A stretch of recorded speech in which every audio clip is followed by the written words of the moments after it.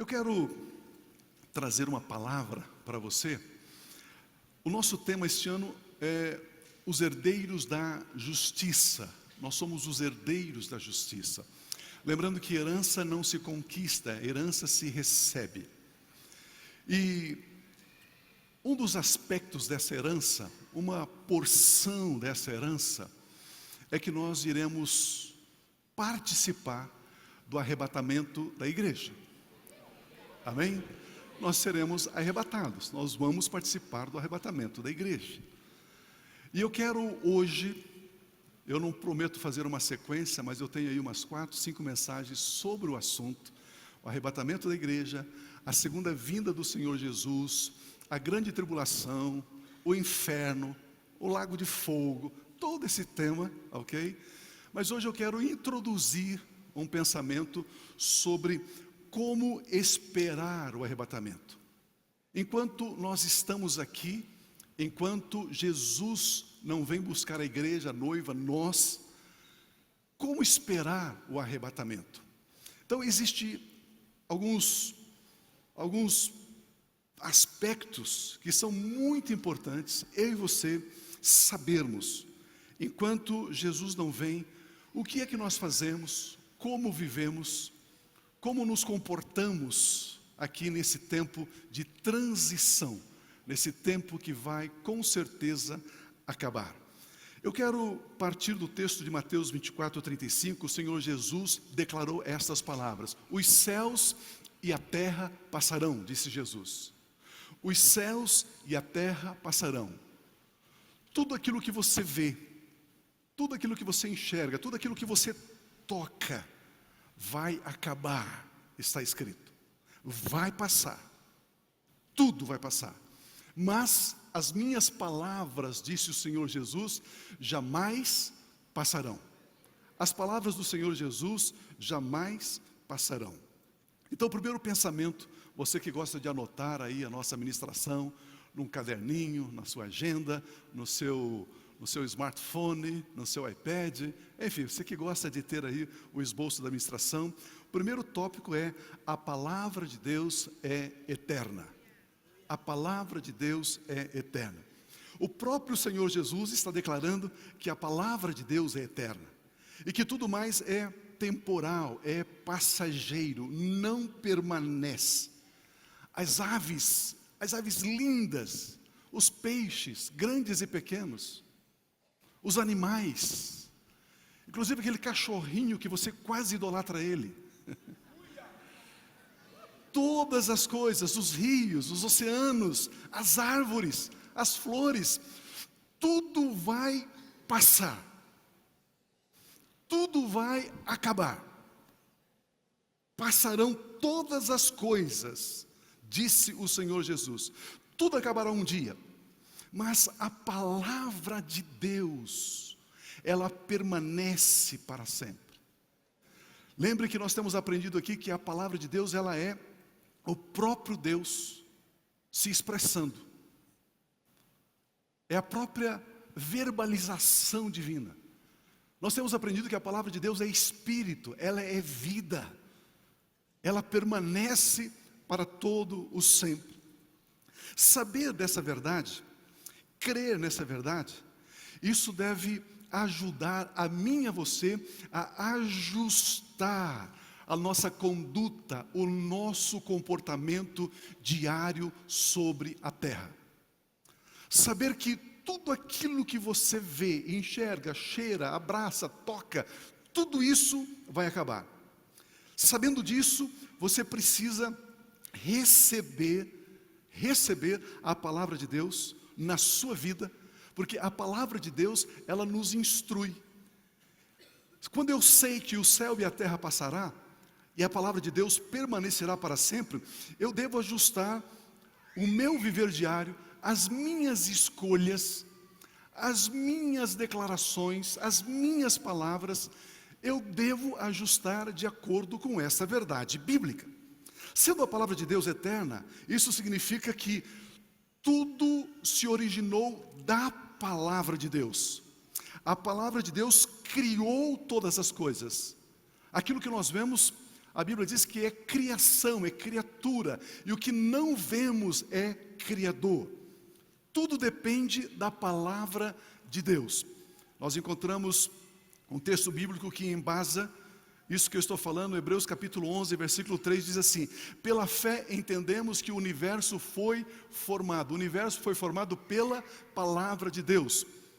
As estrelas, as galáxias, o sol, a lua, os planetas, a terra, os rios, os mares, tudo foi formado pela palavra de Deus, de modo que aquilo que nós vemos, aquilo que se vê, não foi feito do que é visível. O que é visível não gerou uma outra coisa visível. Não. A Bíblia diz que a Gênesis, o início do que vemos, é aquilo que nós não vemos. O que não vemos gerou o que vemos. Portanto, não existe evolução. É o que o texto sagrado está dizendo. Aquilo que você vê não gerou o que você vê. Aquilo que você não vê foi exatamente o que gerou o que você não vê, diz a palavra de Deus. Deus criou todas essas coisas pela sua palavra. A palavra de Deus é invisível. Por ser invisível, ela criou o que é visível. O que vemos é criação.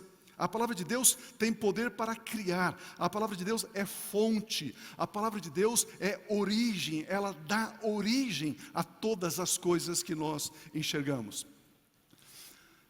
Por isso passarão os céus e a terra, mas a palavra de Deus, a palavra de Cristo Jesus, ela permanece para sempre. Se eu sei disso, agora que eu sei disso, agora que eu recebo como verdade, como revelação de Deus, eu vou gastar o meu tempo, a minha energia, com aquilo que acaba ou com aquilo que não acaba. Eu vou gastar a minha vida, a minha energia, com aquilo que perece ou com aquilo que não perece, com aquilo que permanece para sempre. Queridos, estas escolhas eu e você temos que fazer um dia na nossa vida. Nós temos que definir a nossa agenda existencial. Nós temos que escolher como é que vamos viver a nossa vida sobre a terra, gastando a nossa vida com aquilo que acaba, ou gastando, como disse o apóstolo Paulo, investindo a vida dele, ele disse, com aquilo que permanece para todo sempre. Vamos olhar do ponto de vista natural, humano, terreno. O que seria mais inteligente? Investir naquilo que acaba, naquilo que vai ser destruído, ou investir naquilo que permanece para sempre? É quase que uma questão natural. Esse texto que eu li de Mateus 24 diz que o céu e a terra passará. Tudo aquilo que você vê e toca vai ser destruído. E a pergunta é, quando isso acontecerá, Pio? Pergunta para mim, quando? O pessoal da galeria não quer saber. Pergunta para mim, quando? Quando? A própria Bíblia Sagrada nos diz quando isso vai acontecer. Quando tudo que você vê vai acabar, vai derreter. Tudo. A própria Bíblia Sagrada nos ensina. Quando o Senhor Jesus Cristo retornar a essa terra para buscar a igreja, nesse instante, tudo vai ter uma mudança radical, absurda, absoluta. Olha o texto de Atos capítulo 1, versículo 9, o texto fala da ascensão, quando Jesus estava sendo elevado. Depois de ter dito algumas palavras, Jesus foi elevado às alturas. Enquanto eles olhavam, uma nuvem o encobriu da vista dos discípulos. Jesus estava falando com os discípulos e de repente ele começou a ser elevado. Foi subindo. E eles ficaram olhando. E de repente uma nuvem o encobriu. Eles não enxergaram mais Jesus.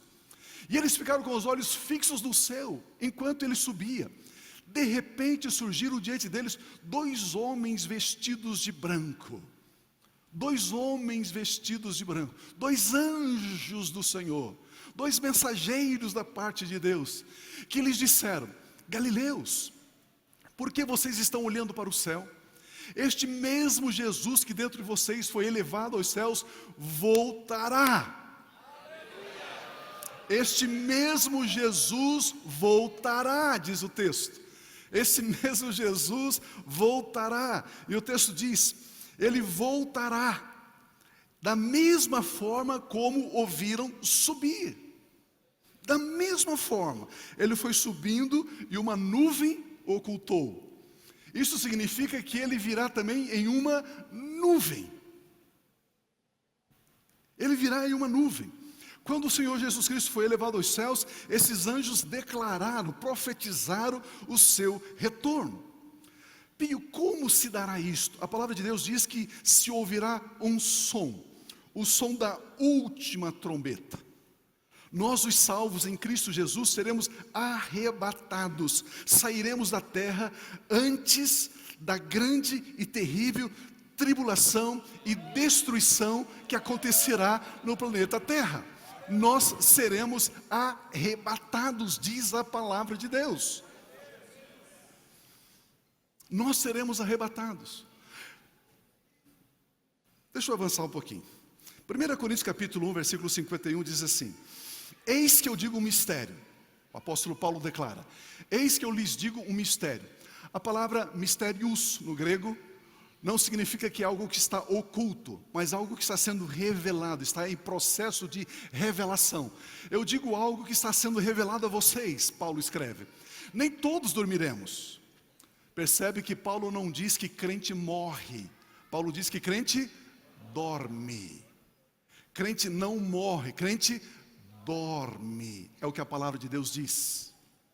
Mas todos nós seremos transformados. Todos nós seremos transformados, diz a palavra de Deus. No momento, num instante, num abrir e fechar de olhos. Quantas vezes você já piscou enquanto eu comecei a falar aqui? Dezenas de vezes, né? No abrir e fechar de olhos. Você pisca e você nem percebe que piscou, de tão rápido que é.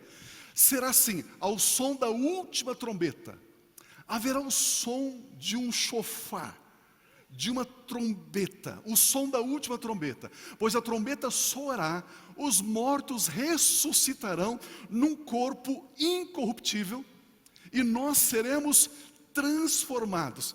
Se essa trombeta soar agora, a Bíblia diz que aqueles que morreram salvos, aqueles que dormiram salvos, eles despertarão do sono. Essa trombeta é como um despertador. A pessoa vai abrir os olhos. Todos os cristãos salvos em Cristo, que já dormiram, eles serão despertados por este som. Pá, pá, pá, pá, pá, pá, pá. E eles vão abrir os olhos. Os que dormiram há uma semana atrás, um mês atrás, 10 anos atrás, 1000 anos atrás, 2000 anos atrás. Não importa, Pio, e aquele que o corpo dele foi jogado no mar, e os peixes comeram e apodreceram lá, e daí, que corpo que ele vai ser ressuscitado? No corpo glorificado. No corpo glorificado. A Bíblia diz que carne e sangue não eram do reino dos céus. E essas pessoas então receberão um corpo glorioso, o mesmo corpo do Senhor Jesus, quando Jesus ressuscitou, o mesmo corpo. O mesmo corpo. E eu e você, se estivermos aqui nesse momento do soar da trombeta, a Bíblia diz que este nosso corpo vai se desfazer. Acabou. E nós vamos receber, nesse piscar de olhos, instantaneamente, um corpo também glorificado. Um corpo glorioso, onde não haverá mais dor, não haverá mais cansaço, onde você não vai ter que correr para perder a barriga. Você vai receber um corpo glorificado. Pense comigo. O seu avô e a sua avó, que partiram, que dormiram no Senhor, com 80, com 90, com 100 anos de idade, não importa. O corpo que a sua avó vai receber, o corpo glorificado, é um corpo jovem. É um corpo jovem, sem ruga. Sem ruga. Pio, mas a minha avó, ela extraiu todos os dentes e colocou uma prótese total. Ela vai ter os dentes lindos, originais, perfeitos. Perfeito. Corpo glorificado. No culto da manhã, um irmão perguntou para mim assim: Pio, e uma pessoa que nasceu sem uma perna? Eu falei: esse esses processos, esses problemas de doenças, enfermidades, alguma anomalia física, isso aconteceu depois da queda de Adão. A morte, a destruição entrou no corpo físico depois que Adão pecou. Pense comigo, quando Deus fez Adão bebê ou fez ele adulto?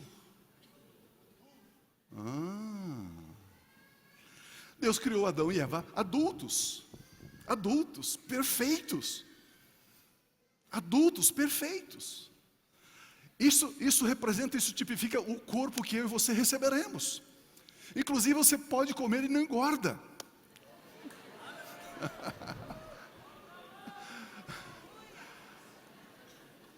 O corpo glorificado, sem dor, sem cansaço.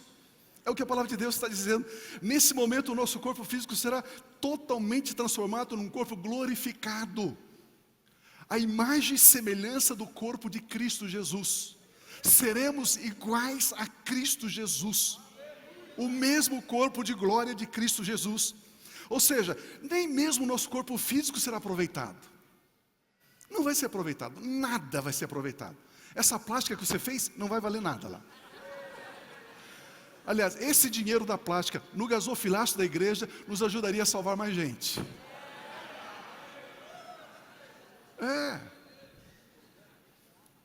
Olha o meu pensamento aqui, olha o que eu estou pensando. Olha o que eu estou pensando aqui.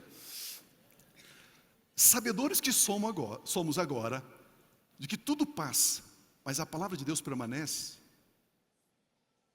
qual vai ser as minhas escolhas e decisões a partir dessa certeza?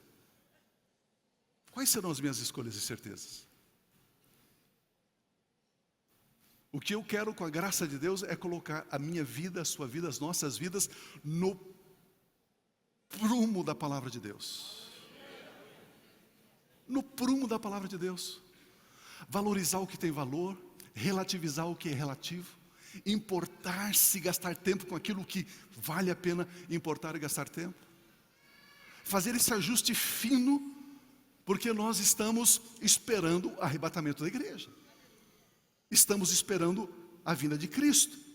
Quando entendemos que a nossa vida deve ser vivida olhando para a eternidade, você começa a viver a sua vida de forma diferente.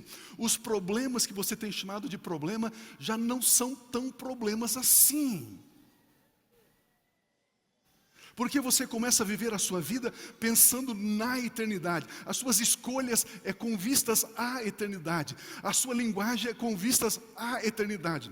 O que você faz, realiza, você olha para a eternidade. Aí então nós alinhamos o nosso viver com a vontade perfeita do nosso Pai Celestial. Ou seja, tudo aquilo que fazemos, devemos fazer para glorificar a Deus. Trabalhamos pensando em Deus, vivemos para Deus, existimos para Deus, pois tudo aqui vai acabar. E somente a palavra de Deus, enxertada, implantada em nós, pelo Espírito de Deus, é que permanece será para sempre. Aleluia. Ao sabermos disso, a nossa vontade deixa de ocupar o primeiro lugar nas nossas decisões. Ah, pastor, eu tenho uma vontade forte. Não tem mais. A vontade de Deus é superior à sua. Ah, pastor, eu sou assim, tudo que eu quero eu vou atrás e consigo. Pare com isso. É a vontade de Deus que tem que prevalecer sobre a sua. Meu Deus, a palavra de Deus deve ocupar o centro das nossas escolhas, decisões, a palavra de Deus.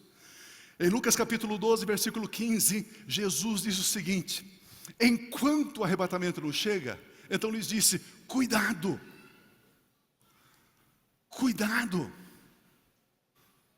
Quando ele diz cuidado, ele diz, escuta, fique alerta, atenção, fiquem de sobreaviso contra todo tipo de ganância, todo tipo de avareza. Sabe por quê? A vida do homem não consiste na quantidade dos seus bens.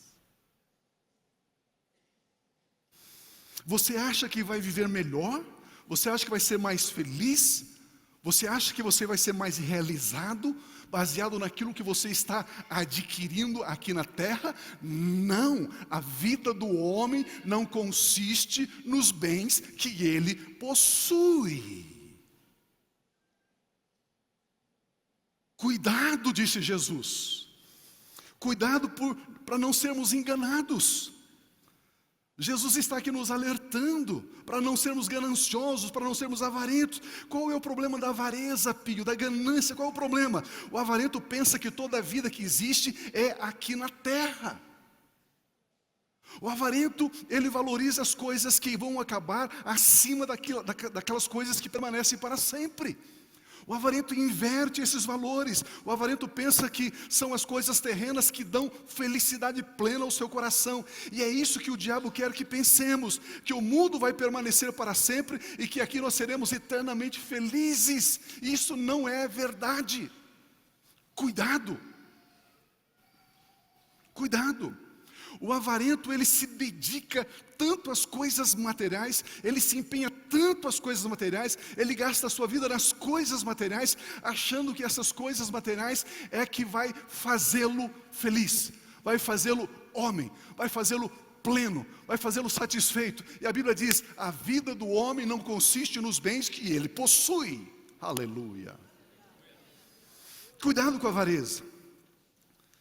Não deixe a avareza enganar o seu coração. Jesus Cristo está nos alertando, a mim e a você.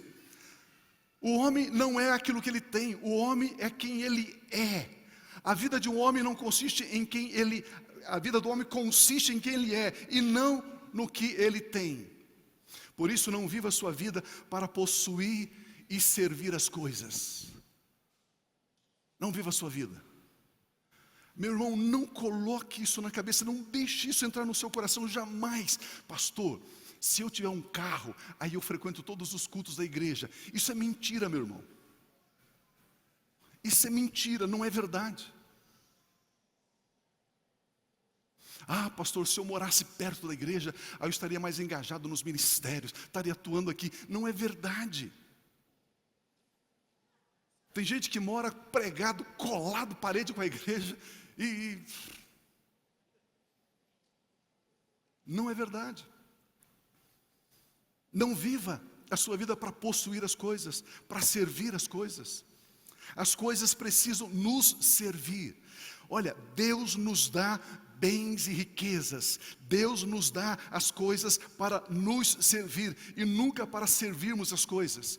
Mas se eu pedir um carro para Deus, está errado? Não, não está errado. Está errado fazer a condição. Se Ele me der, aí eu vou fazer isso. Aí está o erro. Aí está o erro. E é diferente, eu já estou fazendo, aí Deus me dá. Essa é a diferença. E às vezes até tentamos barganhar com Deus, né? Deus, é o seguinte, se o Senhor me der isso, aí eu vou fazer. Não. Não, não é assim, cuidado com a avareza. Então Deus nos dá as coisas não para nós servirmos as coisas, mas para que as coisas sejam apenas instrumentos, ferramentas para usarmos em prol daquilo que é eterno. Não sirva o seu carro, meu irmão, não sirva a sua casa, não sirva a sua empresa, não sirva o seu trabalho. Viva esta vida aqui na terra sabendo que ela é passageira. E use as coisas para servir você e o propósito do reino de Deus. O arrebatamento da igreja diz que Jesus Cristo virá para buscar quem nós somos e não aquilo que temos. Nem o seu corpo vai ser levado.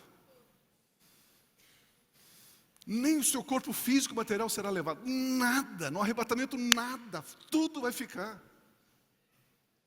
Absolutamente tudo vai ficar. Perceba, entenda aqui comigo. Eu não estou falando que está errado ter as coisas. Eu estou dizendo que está errado você ter as coisas e tornar-se servo delas, escravo delas. Pastor, eu até gostaria de estar aqui no culto de curas e milagres. Eu fiquei lavando o carro e não deu tempo de vir. É disso que eu estou falando. Fica com cotonete dentro do carro, limpando dentro do carro. É disso que eu estou falando. E quando a sua criança, seu filho entra com um biscoitinho, com uma bolachinha na boca, você briga com ele, porque o carro é mais importante do que gente para você. É disso que eu estou falando.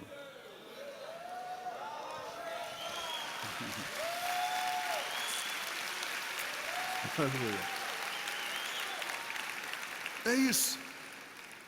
Até aqui nós estamos aprendendo que Jesus virá para buscar a igreja, a noiva amada.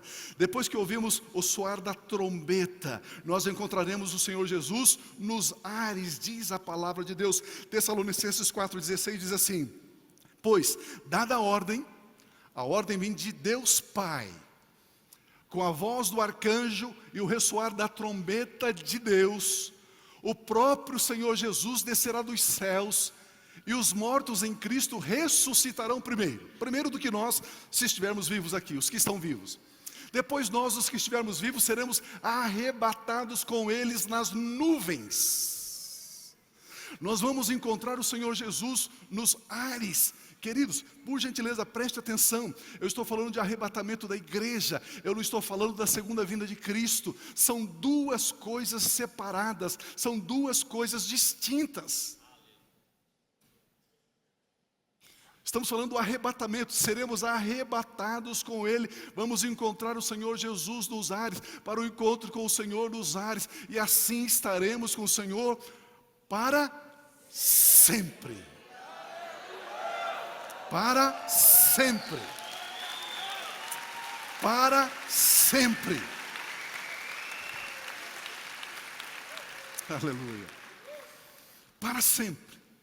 Não haverá lágrima, não haverá dor. Consolem-se uns aos outros com essas palavras. Não haverá lágrima, não haverá dor, não haverá tristeza, não haverá separação, não haverá divisão, não haverá egoísmo, não haverá partidarismo, não haverá... Esqueça. Para sempre com o Senhor. Queridos, o plano original, lá no Éden, quando Ele criou Adão e Eva, é esse o plano original restaurado. Esse é o plano original restaurado. Vai ser assim. E olha uma coisa, não existe, ouça bem isso por gentileza, não existe nenhum versículo bíblico, não existe nenhuma condição bíblica para se cumprir, para o arrebatamento acontecer. Não existe nada que precisa acontecer para que o arrebatamento aconteça. Não. Tudo já está cumprido para o arrebatamento da igreja. Tudo está cumprido. Isso significa que enquanto eu estou falando aqui, nós podemos ouvir o soar da última trombeta.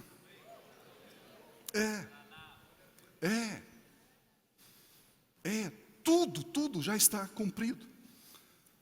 A Bíblia Sagrada é muito clara em nos ensinar que nós seremos arrebatados, vamos encontrar com o Senhor Jesus nos ares. Agora, queridos, até aqui nós estamos aprendendo que este acontecimento é para a igreja, para os salvos, para todos os redimidos, lavados no sangue de Jesus Cristo.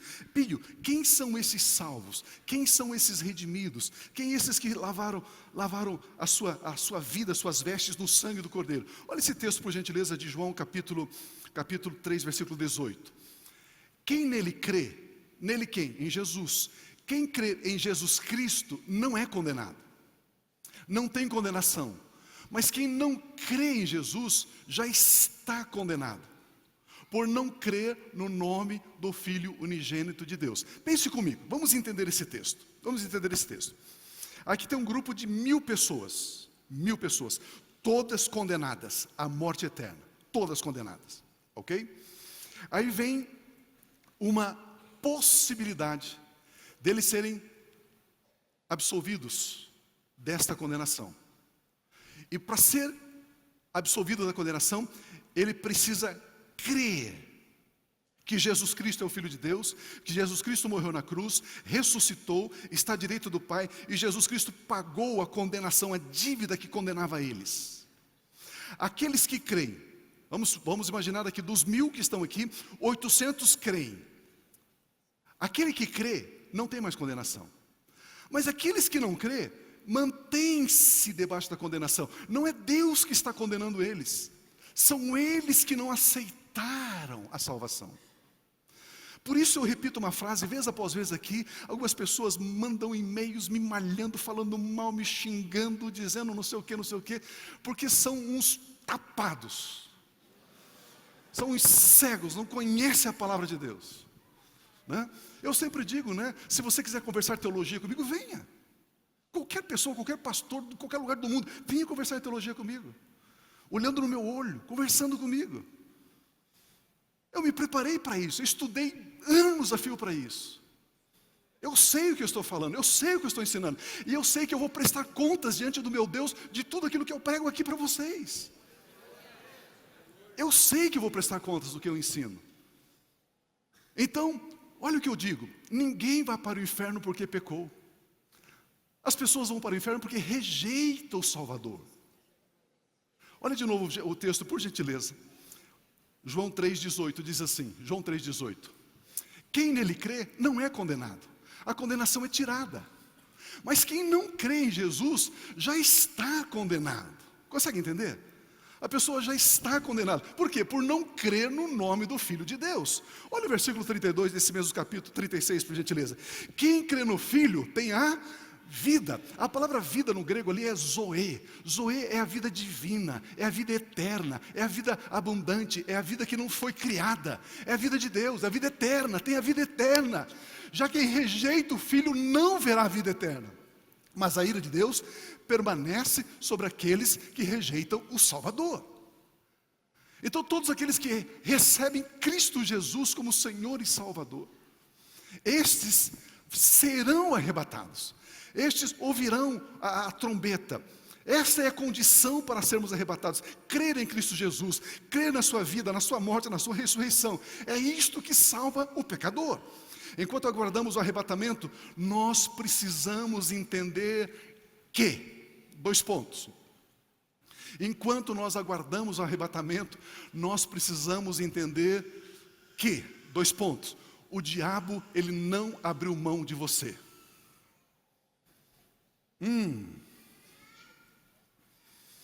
O diabo não abriu mão de você.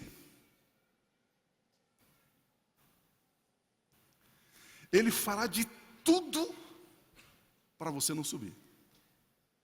Pio, mas não há condenação, eu creio em Cristo Jesus, eu sou salvo, eu vou subir, claro.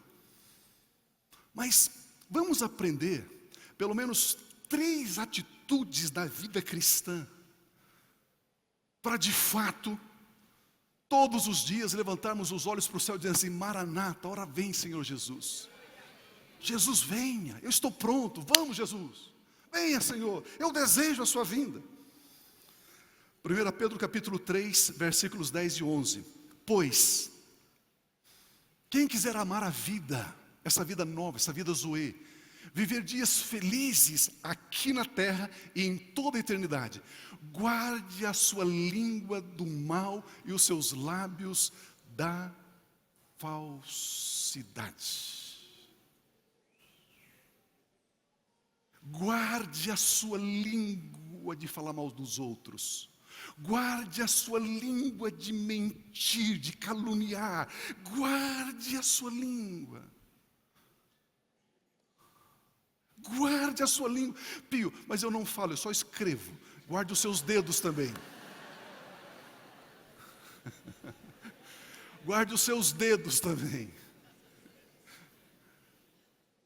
Olha o que o apóstolo Pedro está, inspirado pelo Espírito Santo, falando para mim e para você. Olha o versículo seguinte: afaste-se do mal e faça o bem.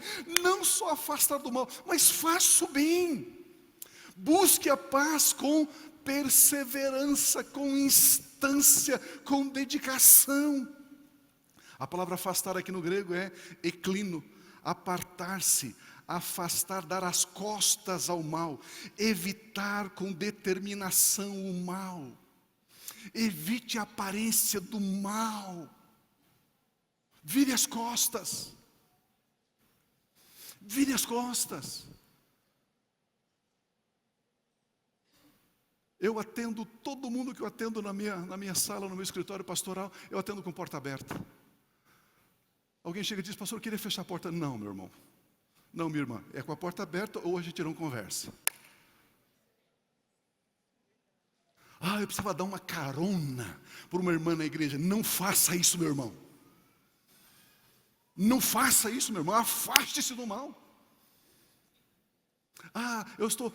O meu namorado esqueceu o cartão dele e passou no apartamento e me disse: vamos subir lá para pegar o cartão? Não suba, jovem. Não suba, jovem.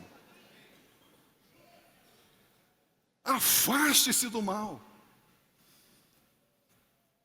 Não, mas eu sou forte. Você não é forte, meu irmão. Forte é Jesus, se você estiver na palavra dele.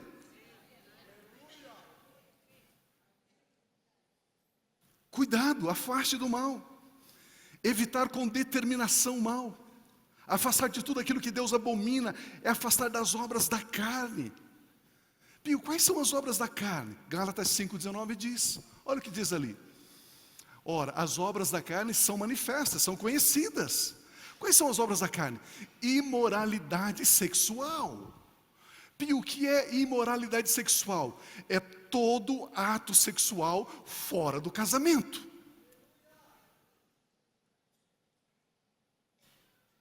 Pio, o que é imoralidade sexual? Todo ato sexual, toda prática sexual fora do casamento. Isso é imoralidade sexual. Pio, mas é que no meu caso, toda prática sexual fora do casamento é impureza sexual. Não precisa falar mais nada. Não, mas no meu caso, toda prática sexual fora do casamento é impureza sexual. Quem inventou esse negócio de sexo, quem criou esse negócio de sexo foi Deus.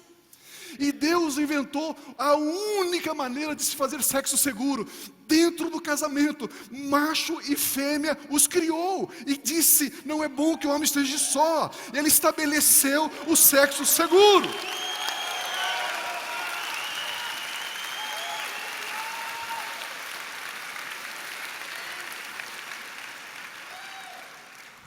Mas isso não é intolerância da sua parte, intolerância da igreja. Coloque o nome que você quiser. Pode me rotular do que você me quiser. Mas a Bíblia Sagrada está dizendo: todo sexo fora do casamento é impureza sexual. Olha o que o texto continua a dizer. Por gentileza.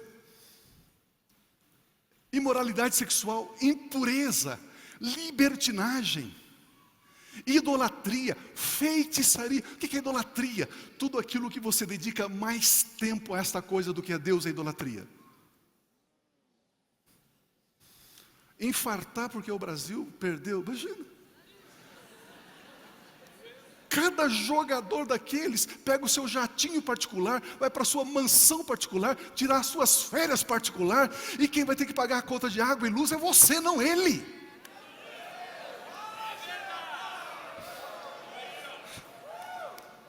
A gente torce como nação, como esporte, mas tem limites. Idolatria, feitiçaria. O que é feitiçaria? Quando você usa poderes espirituais para alcançar os seus objetivos terrenos. Inclusive, Deus toca no coração desse meu marido. Isso é feitiçaria evangélica.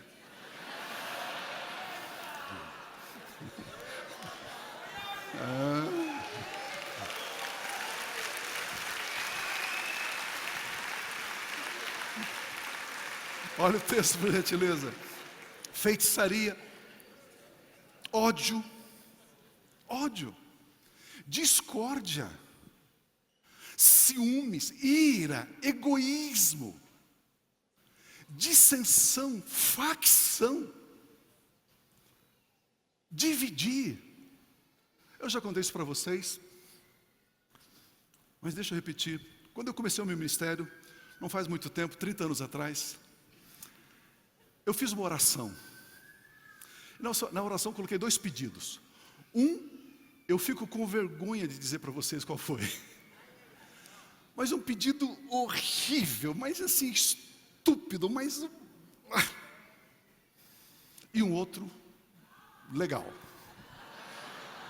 Qual que vocês querem saber, o legal ou o horrível? Vocês são curiosos, hein? Obras da carne, hein? Olha, curiosidade. Não, brincadeira. Olha lá, de novo, última parte. Não, o anterior, 20. Idolatria, feitiçaria, ódio, discórdia, ciúmes, ira, egoísmo, dissensão e facção.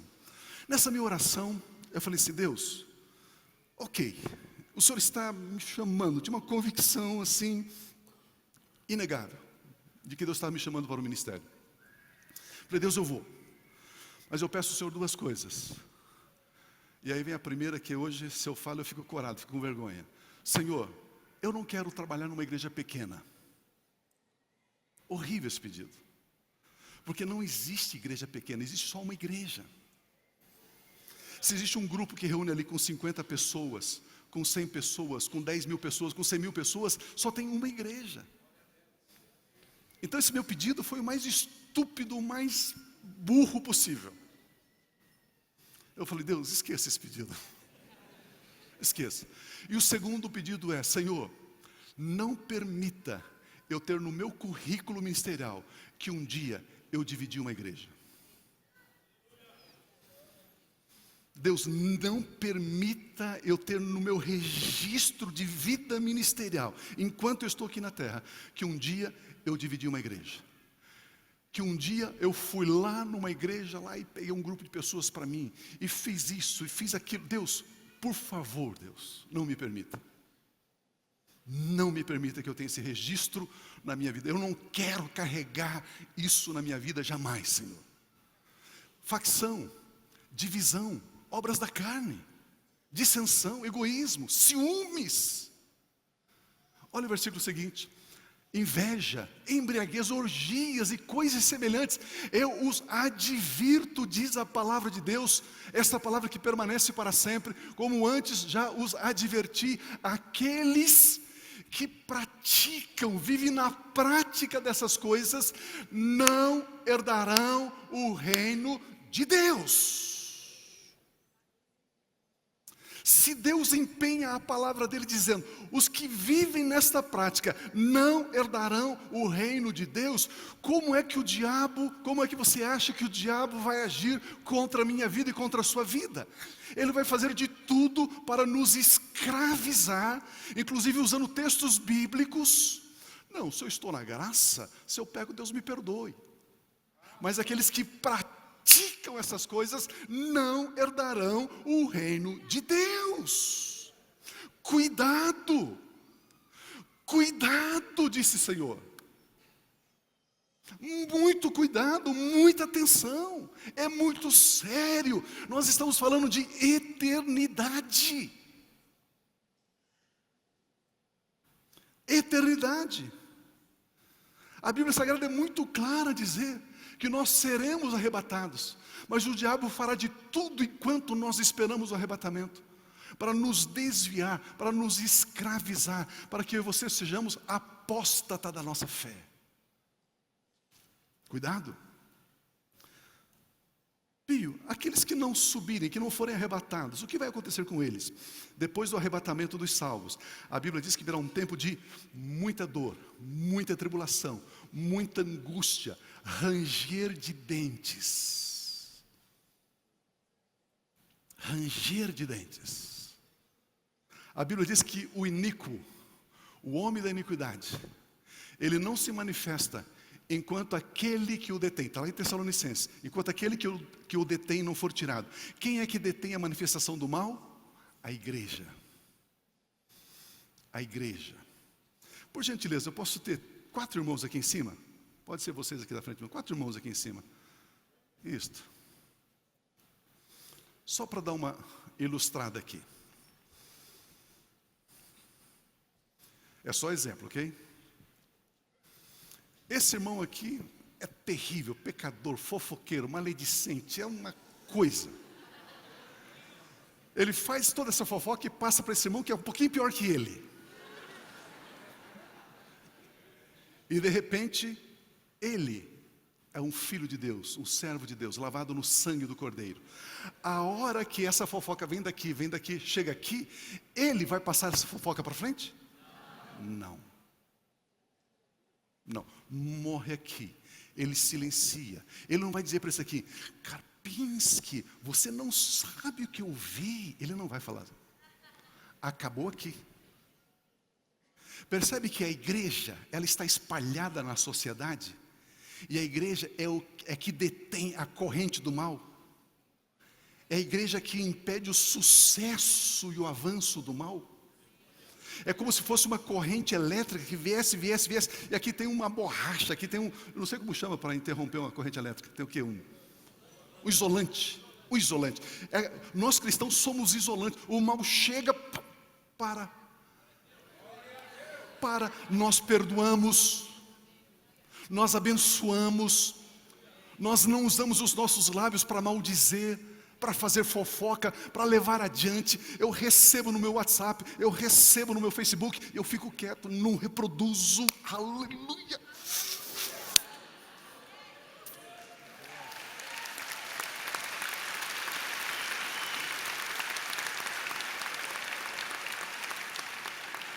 A Bíblia diz que nós detemos o avanço das trevas.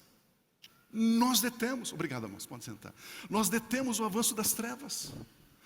Por isso que em Tessalonicenses diz que enquanto a igreja estiver aqui, o Espírito Santo estiver na face da terra, o homem da iniquidade, ele não consegue implantar aquilo que ele quer implantar sobre a face de toda a terra. Dor, angústia, tribulação, mal, ele não consegue. Vamos ver o poder da palavra de Deus. Segundo pensamento, o poder da palavra de Deus. A Bíblia diz em Provérbios capítulo 20, versículo 27. O espírito do homem é a lâmpada do Senhor, e vasculha cada parte do seu ser. O espírito do homem é a lâmpada do Senhor. Quando uma pessoa crê em Jesus, confessa Jesus, aqueles amados que vieram aqui e disseram: eu entrego a minha vida a Jesus, eu quero que Jesus perdoe todos os meus pecados. A Bíblia diz que nesse exato momento, cada uma dessas pessoas, cada um de nós que já fizemos isso, nesse exato momento, o nosso espírito, ele é vivificado, ele passa a viver, e o Espírito Santo de Deus vem habitar no nosso espírito. Isso é novo nascimento, isso é nascer de novo. E ao nascermos de novo, ao recebermos o Espírito Santo no nosso espírito, a Bíblia diz que o nosso espírito passa a ser a nossa lâmpada. Passa a ser a nossa lâmpada. Então, o nosso espírito é a lâmpada do Senhor. O que a Bíblia está dizendo? A Bíblia está dizendo que nós somos guiados por Deus no nosso espírito. Nós somos iluminados por Deus no nosso espírito. Deus se comunica conosco no nosso espírito. Mas assim como toda lâmpada, toda lamparina precisa de energia, precisa de combustível, o nosso espírito também precisa de um combustível. E qual é esse combustível que o nosso espírito é nutrido? A palavra de Deus. Quanto mais palavra de Deus eu e você temos no nosso espírito, mais luz nós temos no nosso espírito, mais fácil é decidir, mais fácil é fazer as escolhas, mais fácil é caminhar, porque o Espírito Santo de Deus, através da palavra de Deus, ilumina o nosso espírito. E a palavra de Deus nos ensina a desviarmos do mal, para estarmos prontos para o arrebatamento. A palavra de Deus é muito clara ao afirmar que cada pessoa que crê e confessa que Jesus é Senhor, essa pessoa é justificada, é declarada justa, sem culpa. É isso que muda o nosso comportamento de escravos do pecado para servirmos a Deus como reis e sacerdotes. Saber quem Jesus Cristo é e saber quem nós somos em Cristo Jesus. E é a palavra de Deus que diz que Jesus Cristo é. É a palavra de Deus que diz quem Ele é e quem nós somos. Nós sabemos dessas verdades estando prontos para o arrebatamento. Para o arrebatamento, conhecendo a palavra de Deus. Me permita usar o exemplo de Marta e Maria, quando Jesus vem visitar essa família, visitar essa casa. Olha que texto impressionante, riquíssimo. Lucas 10, 38, diz assim: caminhando Jesus e os seus discípulos chegaram a um povoado, lá em Betânia, onde certa mulher chamada Marta o recebeu em sua casa. Você pode imaginar? Que fantástico! O Criador do universo, o Senhor Jesus, com seus discípulos, chegando na casa de Marta, de Maria, e também na casa de Lázaro. Que coisa impressionante! Maria, a irmã de Marta, sentou-se aos pés de Jesus, embevecida, ouvindo a palavra de Jesus, ouvindo os ensinamentos de Jesus. Marta, porém,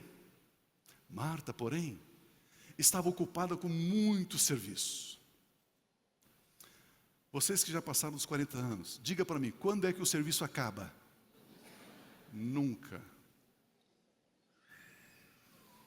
Ou você decide parar, descansar, fazer um passeio, fazer alguma coisa, ou você vai viver debaixo do serviço. Marta, porém, estava ocupada com muito serviço. Naqueles dias de então já tinha muito serviço, imagina hoje. Nem tinha internet, já tinha muito serviço. E aproximando-se de Jesus, perguntou: Senhor, o Senhor não te importas que minha irmã tenha me deixado sozinha com todo o serviço da casa? Diz-lhe que me ajude. Você já tentou um dia dizer para Deus o que é que Ele tem que fazer? Já fez essa oração? Deus, faça isso. Em nome de Jesus, amém. Ela estava dizendo para o Senhor, o Senhor tem que fazer assim, o Senhor tem que agir assim. O Senhor não está vendo Jesus. Respondeu o Senhor Jesus: Marta, Marta. A segunda vez foi mais assim porque ela estava distraída ainda. Você está preocupada, inquieta, distraída com muitas coisas. Todavia, apenas uma é necessária. Quantas coisas são necessárias para a sua vida? Quantas? Quantas coisas são necessárias?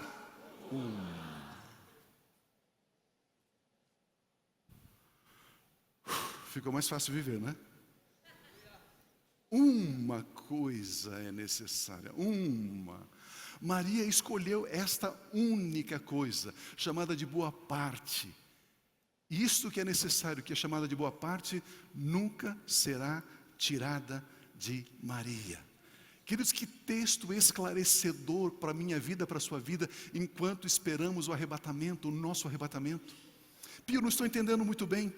Qualquer curso de liderança, amados, que nós fazemos, esse do History Makers, esse do ILI, todos os cursos que fazemos de liderança, passa obrigatoriamente pela matéria chamada prioridade. Prioridade. Ninguém pode ser um bom líder, um grande líder, se não souber definir prioridades. Todo bom líder sabe o que é prioridade. Sabe o que é prioridade. Prioridade é algo que tem mais valor e importância do que as outras coisas. Eu vou fazer isso porque isso é prioridade sobre aquilo. Definir prioridade. Prioridade é o que escolhemos como sendo mais importante para fazermos. Prioridade. Esse texto fala sobre priorizar uma única coisa. Priorizar a palavra de Deus. O que Maria estava fazendo? Recebendo, ouvindo a palavra de Deus. Isto é prioridade. Isto é importante. Essa, aos olhos do nosso Deus, é a única coisa que importa. Marta tinha como prioridade os seus afazeres, o seu trabalho. Maria tinha como prioridade receber a palavra de Jesus Cristo. A casa pertencia a Marta e Maria, e Jesus estava lá. Maria priorizou ouvir a palavra de Jesus, a palavra de Deus, priorizar aquilo que permanece para sempre, aquilo que não acaba, aquilo que não será tirado. Marta priorizou se ocupar com o trabalho, aquilo que não permanecerá para sempre. Pio, eu estou confuso. A palavra não me será tirada, a palavra permanece, tudo passa. Como é que eu vou viver na minha agenda de trabalho daqui para frente? Como que eu vou desempenhar a minha profissão, o meu trabalho? Como que eu vou fazer isso, Pio? Enquanto o arrebatamento não acontece. Quando priorizamos a palavra de Deus, a nossa lâmpada, que é o nosso espírito, sempre terá combustível para brilhar e para nos ensinar como desempenhar melhor a nossa profissão. Quanto mais palavra de Deus tivermos no nosso espírito, mais produtivos seremos.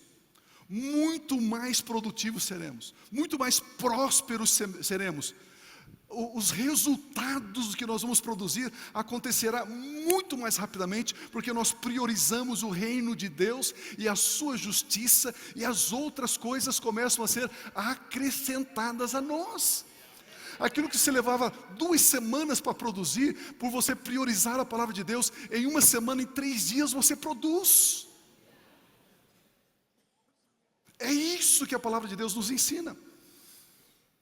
Enquanto estamos aguardando o arrebatamento da igreja, aquilo que eu e você fazemos, nós fazemos com todo empenho, com todo zelo, com todo carinho, com toda dedicação, como para o Senhor e não para os homens. Mas o que dirige, o que coordena, o que guia a nossa vida é a palavra de Deus, é o Espírito Santo de Deus. É assim que devemos esperar pelo arrebatamento, priorizando a palavra de Deus, o reino de Deus.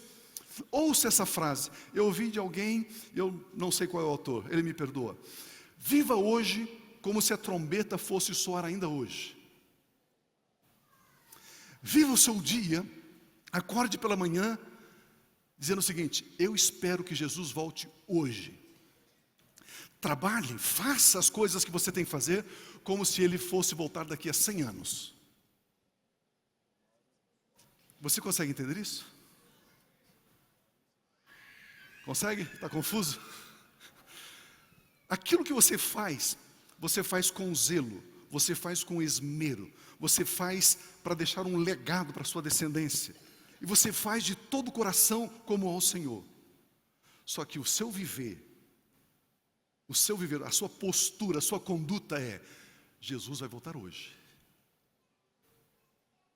Eu espero Jesus hoje.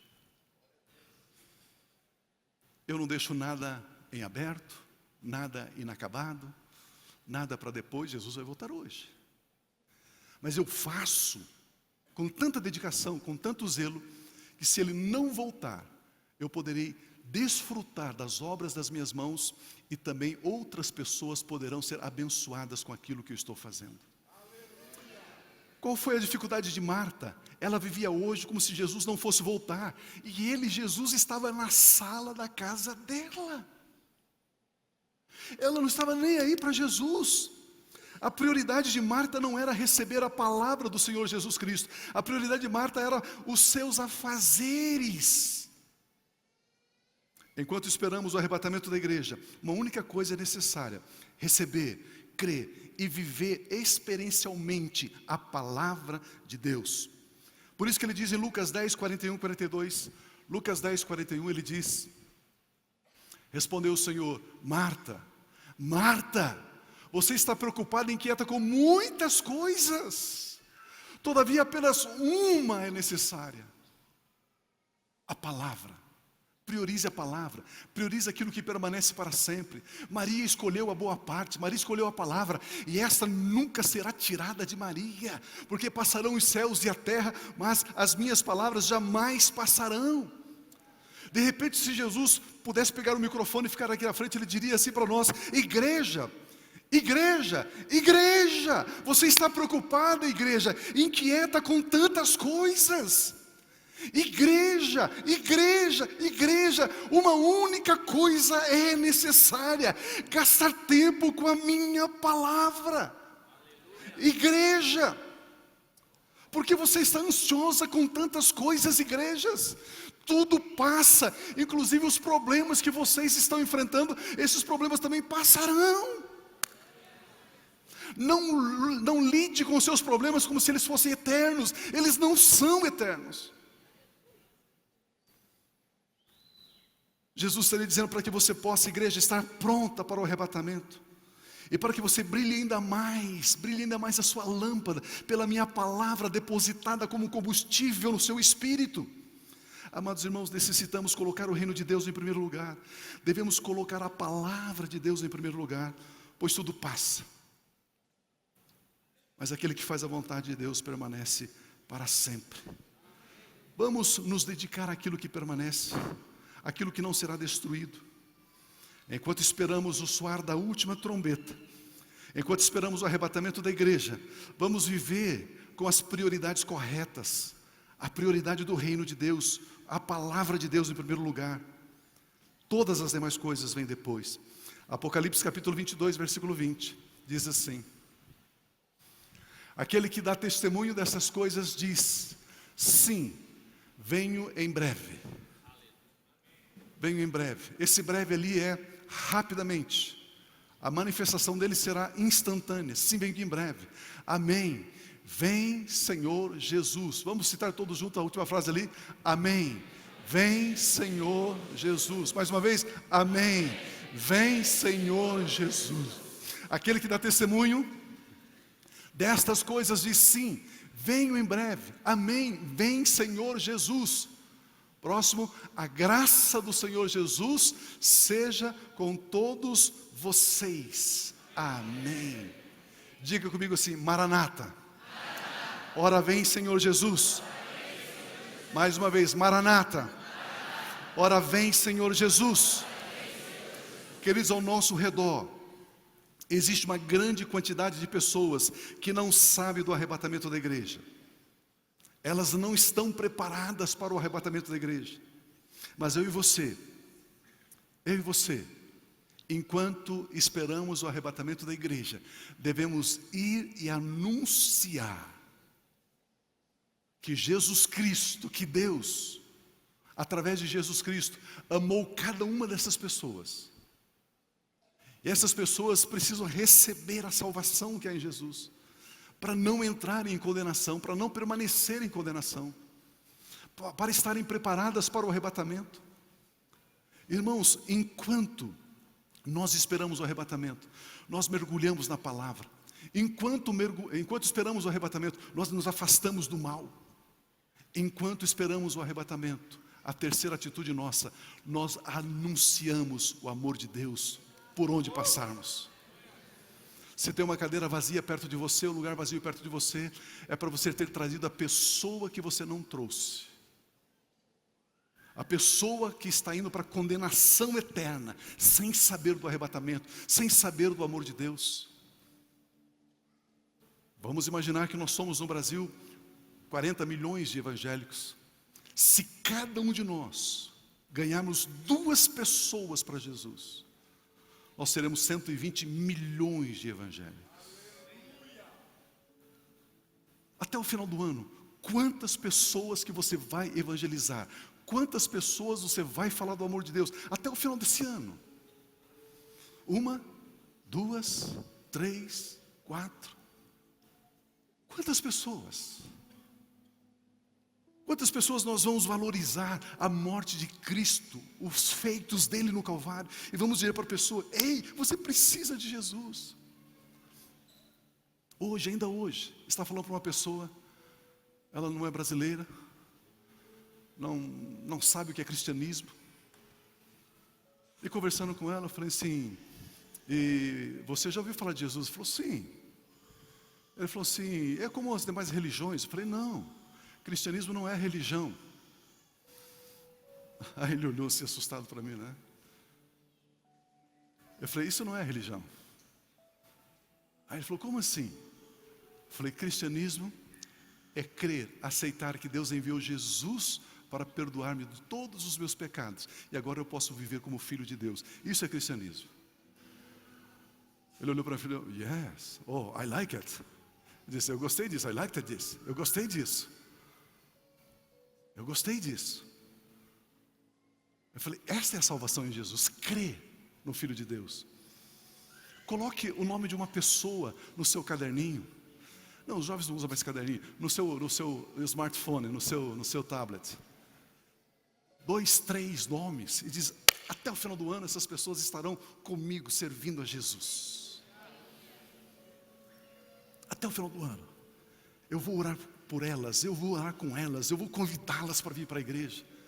Eu serei um agente, um instrumento de Deus para a salvação, enquanto nós esperamos o arrebatamento da igreja. nós mergulhamos na palavra de Deus, o nosso espírito brilha ainda mais, somos guiados pelo Espírito de Deus, nós nos afastamos do mal. E a terceira coisa, nós vamos evangelizar, vamos anunciar a salvação. Devemos anunciar que somente em Cristo Jesus, Ele é o único caminho, Ele é a única verdade e vida. Mais do que nunca urge salvar vidas e formar líderes para o reino de Deus. No ano herdeiros da justiça, esse ano que nós estamos vivendo, vamos salvar vidas, vamos mergulhar na palavra de Deus, vamos nos afastar ainda mais do mal, porque é assim que esperamos o arrebatamento da igreja. Aleluia, Maranata, ora vem Senhor Jesus. Viva essa semana esperando o arrebatamento de Jesus em cada dia, o arrebatamento da igreja em cada dia, mas trabalhe com afinco, com zelo, trabalhe com intensidade, fazendo de todo o coração como para o Senhor e não para os homens, e nós vamos triunfar mais e mais, mais e mais, para esperarmos o nosso Senhor e Salvador Jesus Cristo. Amém. Vamos ficar em pé, por gentileza. Vamos abençoar o Senhor com um aplauso, Ele é digno. Aleluia. Sim, Senhor.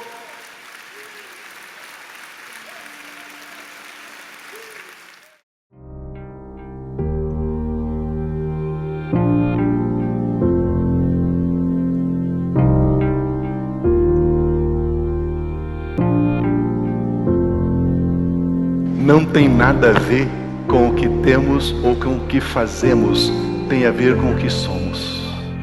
A mesma vida que Jesus tem, a mesmíssima, a mesma natureza, a mesma essência, a mesma vida, a vida incriada, o Zoe, a vida eterna, a mesma vida Deus colocou dentro de você. E você avança com absoluta certeza e segurança, porque você sabe quem você é. E quando você sabe quem você é, e quando você é maravilhoso. Como é bom